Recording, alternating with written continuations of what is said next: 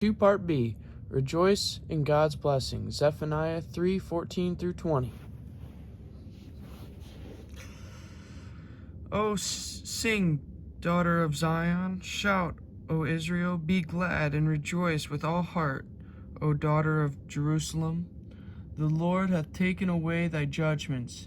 He hath cast out thine enemy, the King of Israel. Even the Lord is in the midst of thee. Thou shalt not see evil any more. In that day it shall be said to Jerusalem, Fear thou not, and to Zion, let not thine hands be slack. So put hands to purpose. Where you see God moving, jump aboard.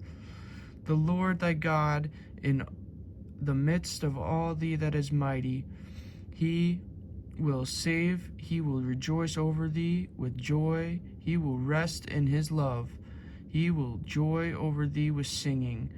I will gather them that are sorrowful from the solemn assembly, who are of thee, to whom the reproach of it was a burden. So the sorrowful and spreading negativity around us, to divide that and to hopefully purify that, to move forward through our trauma. So important. You kind of see that they're not bringing down the rest of the group, right? Behold, at that time I will undo all the afflicted thee, and I will save her that halteth, and gather her that was driven out, and I will get them praise and fame in every land where they have been put to shame. At that time I will bring you again, even in the time that I gather you, for I will make you a name and a praise among all people of the earth, when I turn back to your captivity before your eyes, saith the Lord.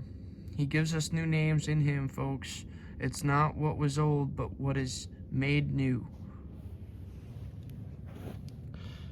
Okay, between the first and second salvation oracles in Zephaniah 3 comes a joyous invitation to celebrate, verses 14 and 15. Verse 15 lists the reasons why the people would rejoice on that promised day. Judgment would be over. Enemies' armies would be defeated. The Lord will live among them. Their troubles would be ended. The second salvation oracle begins in verse 16 with the phrase, on that day, signifying the day of the Lord. Zephaniah tells the people that God would one day live among them. The third salvation oracle in Zephaniah 3 contains a list of God's I will statements in verses 18 through 20. These empowering promises of protection, dignity, and belonging would have given the people hope they so desperately needed during their imminent exile. Even to this day, folks, there's so many people growing up on the wrong side of the tracks, seeking belonging and protection in the wrong areas. I had the privilege of helping just one week actually, at a daycare, and we were just trying to provide hope for a tough community. And it is something that is found in Jesus, and when we seek the right kinds of influences in our lives, the things that he can do with the tribulations and the things that have went wrong in our lives are immeasurable.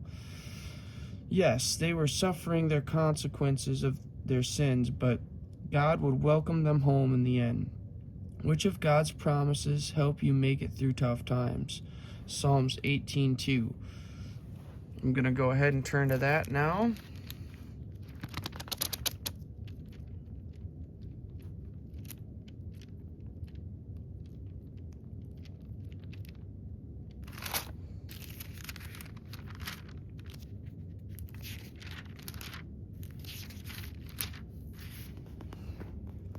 The Lord is my rock and my fortress and my deliverer. My God is my strength, in whom I will trust, my buckler and my horn of salvation and my high tower.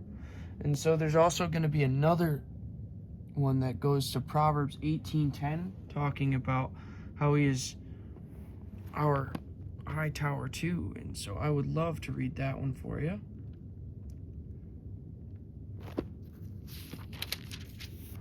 And it is, sorry, maybe not 1810, gee whiz. The name of the Lord is a strong tower. The righteous runneth into it and are safe. And the next verse, which we covered a few weeks ago, I thought was interesting.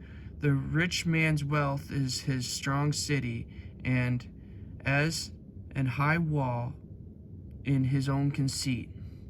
So he built his own walls, right? From the heart to even the city that they would find themselves safe in, but still find themselves conquered. And I mean, as well as internally, most of the time we're secured and confident because of wealth, when really we just got to let them walls we build up crash down. And so we went through in the past climbing over the high walls, and there's just been a lot of really good content before this that would just connect. So I'd encourage you to check it out. I probably will too. All right, Proverbs 3:6 is another verse I would have read, because this one helps me out all the time. As our focus, when we focus on him, there is nothing that he can't do. And so, in all thy ways acknowledge him, and he shall direct thy paths. It shall be health to thy navel and marrow to thy bones. It is. Okay, and so purpose found in alignment is what we were talking about today, or listening to on the sermon, and I am so blessed to be a part of it. There's our purpose, there's his purpose, there's agreement to his purpose, there's a resistance to his purpose, and then there's a fulfillment in his purpose.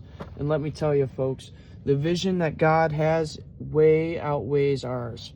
There might be a couple sacrifices along that road, but what God can ultimately do with that tiny vision that we might have is immeasurable. Okay, so I'm going to go ahead and continue. Psalms 4:8.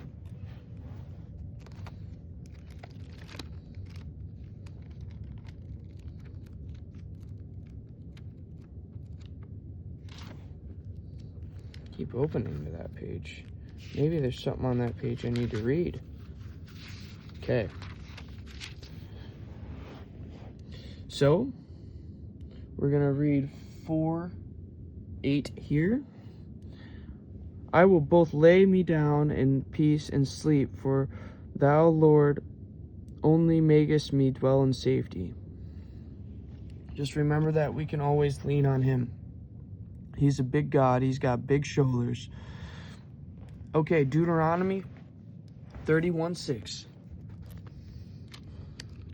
Let's go to Deuteronomy 31:6 real quick.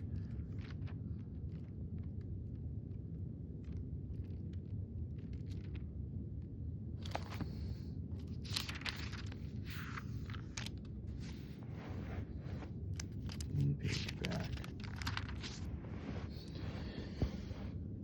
Be strong and of good courage, fear not, nor be afraid of them, for the Lord thy God, he is that doeth go with thee. He will not fail thee, nor forsake thee. And so that was a reference from Hebrews 13:5, and I just really like this one. I have continually opened to Daniel's 12 this morning, but first, before I do that, I'm going to go ahead and read one of my favorites, John 3:16. For God so loved the world that he gave his only begotten Son, that whoever so believeth in him should not perish but have everlasting life. Such a great and amazing gift that we were not worthy of, that he opened up to the Gentiles. And it was through Paul that promise would be made known to the Gentiles. So, it's pretty cool how Paul was equipped in the law, and God would prepare him to write books like Galatians, and that would be the foundations for what we know. Okay, I'm going to go to Daniel 12:1. I had opened to this multiple times today, so I'm going to try and see if it'll happen again.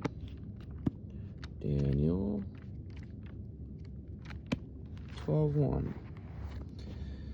And at that time shall Michael stand up, the great prince, which standeth for the children of thy people, and there shall be a time of trouble, such as never was since there was a nation ever to that same time, and at that time thy people shall be delivered, every one that shall be found written in the book.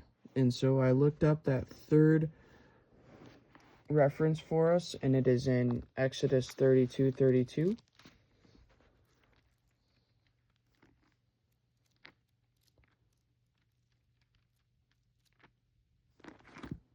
Close enough.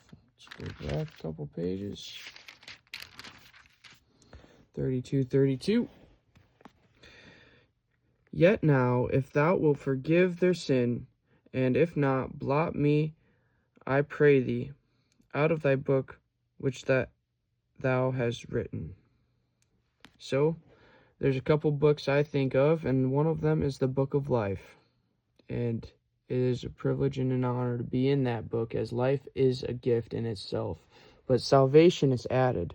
So, you guys have a great day. Thank you so much for tuning in, and those are the promises that help me through tough times. Folks, have a great night.